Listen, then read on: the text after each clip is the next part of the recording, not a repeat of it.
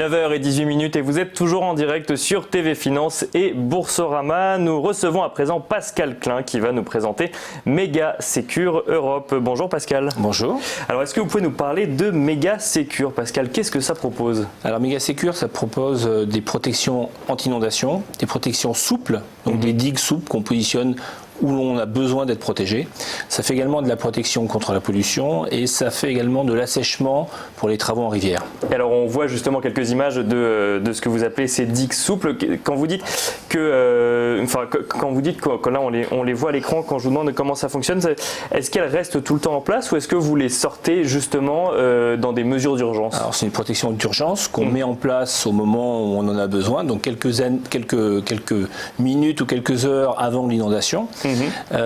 Ça se positionne ça fonctionne comme un parachute, c'est assez simple. Il y a deux parties, une toile au sol qui se remplit d'eau et qui permet à la digue de tenir au sol. D'accord. Et une toile supérieure qui va s'élever avec le niveau d'inondation. Plus il y a d'eau, plus elle va s'élever, du coup, et elle va retenir l'eau. Elle va faire barrage en fait à l'eau. On se sert de la force de l'eau, de la force hydrostatique pour retenir l'eau. Donc c'est une sorte de barrage mobile, entre guillemets, qu'on pose à un endroit quand on en a besoin et qu'on enlève par la suite. Voilà, c'est un barrage souple qu'on positionne là où on en a besoin, là où justement on ne peut pas construire des structures pérennes, des digues, parce qu'on est dans un endroit protégé du patrimoine, ou simplement parce qu'on est en plein cœur de la ville et qu'on ne peut pas construire des murs partout.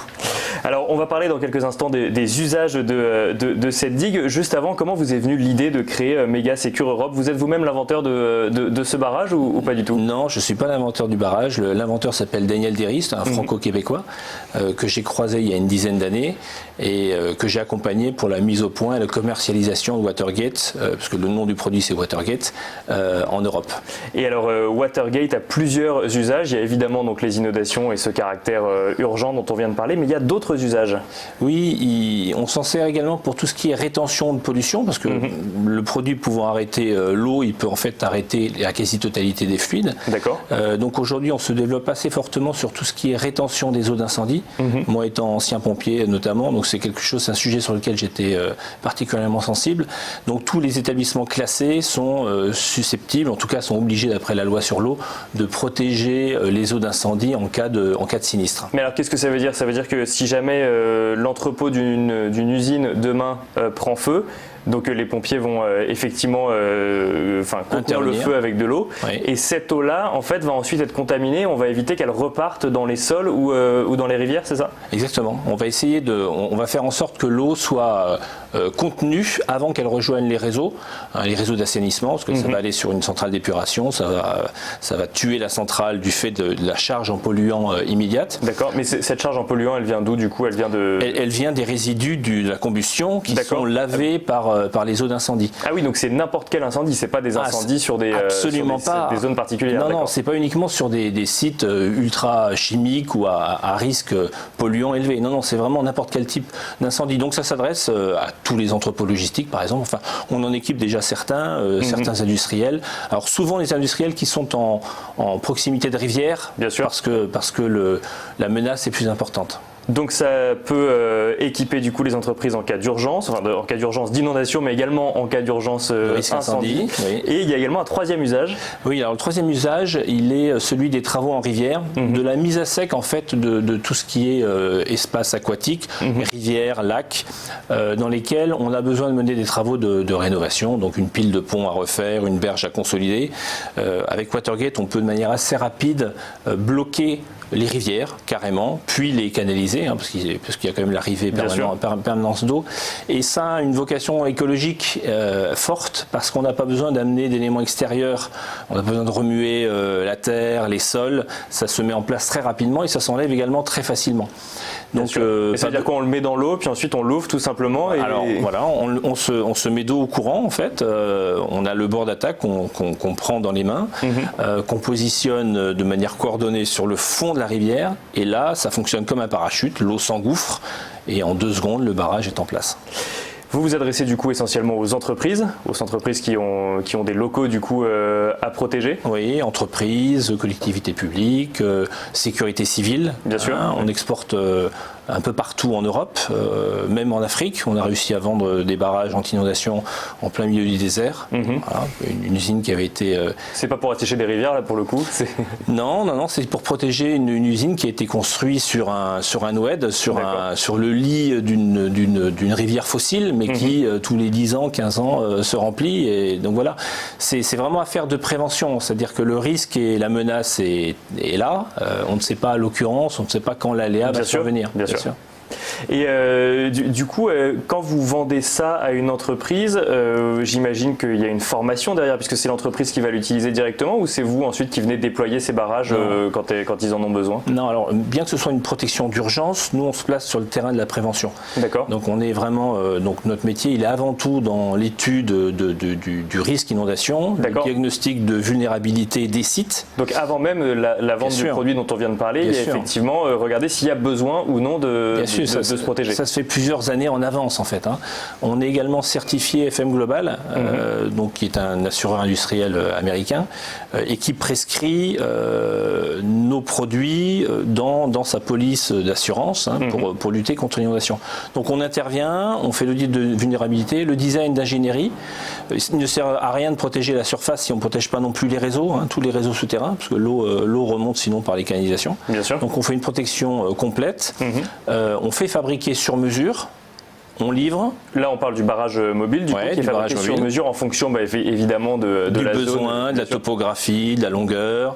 On peut protéger plusieurs centaines de mètres. Et ça veut dire que du coup, on peut arrêter des volumes d'eau différents en fonction des zones? Bien sûr, on peut arrêter des centaines de millions de mètres cubes. On pourrait protéger toute la région parisienne avec à peu près 25 km. D'accord. Donc non, l'enjeu est vraiment très important. Donc nous, on est encore en phase d'évangélisation. Là, sur Paris, on a déjà protégé plusieurs séries de bâtiments. On a mis en place à peu près 1 km de barrière. Il y en a 500 mètres à installer sur la Défense là, prochainement. On vient de gagner un appel d'offres pour la ville de La Rochelle, qui a été soumis à la tempête Xynthia en 2010. Et tout le centre historique, le vieux port, où on ne peut pas construire de murs physiques, va être protégé avec Watergate. Donc voilà, c'est un gros travail de prévention, d'ingénierie, de réponse et de formation in fine. Le jour J, ce sont les opérationnels, ce sont les gens qui sont en place qui devront se protéger. Déployer le barrage directement.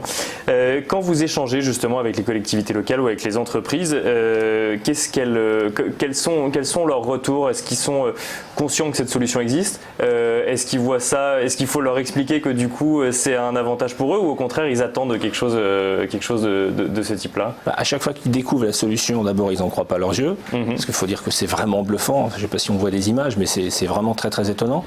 Donc on a du mal en fait. Nous, le plus gros enjeu, c'est de convaincre qu'on peut faire aussi bien avec du souple qu'avec du solide. Oui, parce que là comme ça naturellement, on se dit effectivement il y a peut-être un moment où ça va céder ou autre, alors que la pierre ça reste immuable. Mais non, en fait ça fonctionne de la même manière. Non, et puis même la pierre, elle va être soumise aux agressions du temps, aux températures, à l'éclatement.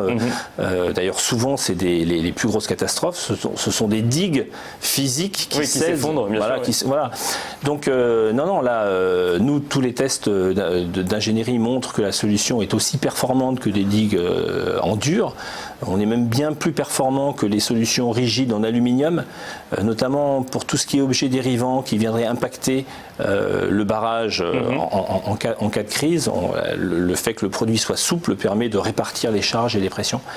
Voilà, donc c'est vraiment, c'est un peu une lutte contre des années d'investissement dans des infrastructures lourdes de détournement et d'endiguement des fleuves. Voilà. Là, nous, ce qu'on prône, c'est de se protéger là où les enjeux sont les plus forts, les plus importants, et pas forcément construire des lacs réservoirs à des centaines de kilomètres du lieu qui sera inondé. On a beaucoup parlé de protéger des lieux. Est-ce qu'on peut imaginer que ça puisse protéger des vies aussi ? Alors oui, mais ça c'est sûr, ça c'est certain. Alors pour les inondations lentes, type débordement Seine, il y a des risques sur les vies, mais là les populations sont quand même, on a le temps déjà, et les populations sont bien informées.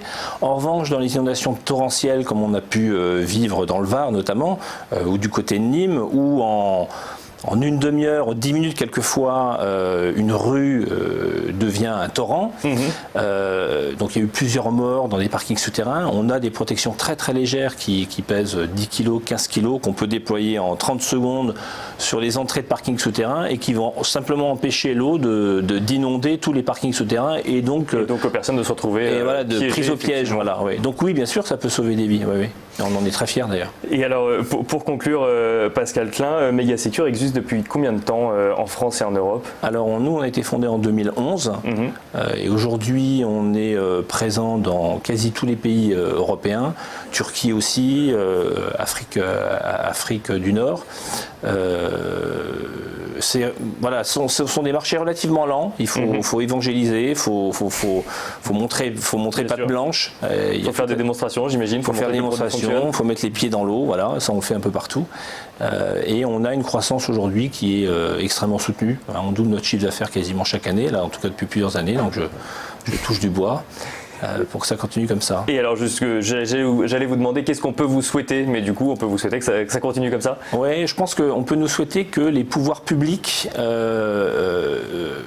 s'intéressent un peu plus à la protection des gens et des personnes et ne se cachent pas uniquement dans des mécanismes d'assurance ou de réassurance ou de tranquillité sociale. Voilà. Moi j'appelle à l'intelligence de tous les responsables pour regarder en tout cas avec un œil un peu nouveau les solutions nouvelles. Voilà. C'est quand on est nouveau sur un marché qui existe, voilà, et qui ont déjà fait leurs preuves. Voilà. Et c'est pas forcément de l'électronique, c'est parfois juste une bonne idée. Ouais, du plastique bien positionné, bien ajusté, exactement. Merci beaucoup Pascal Klein, et je rappelle que vous nous avez présenté Megasecure Europe.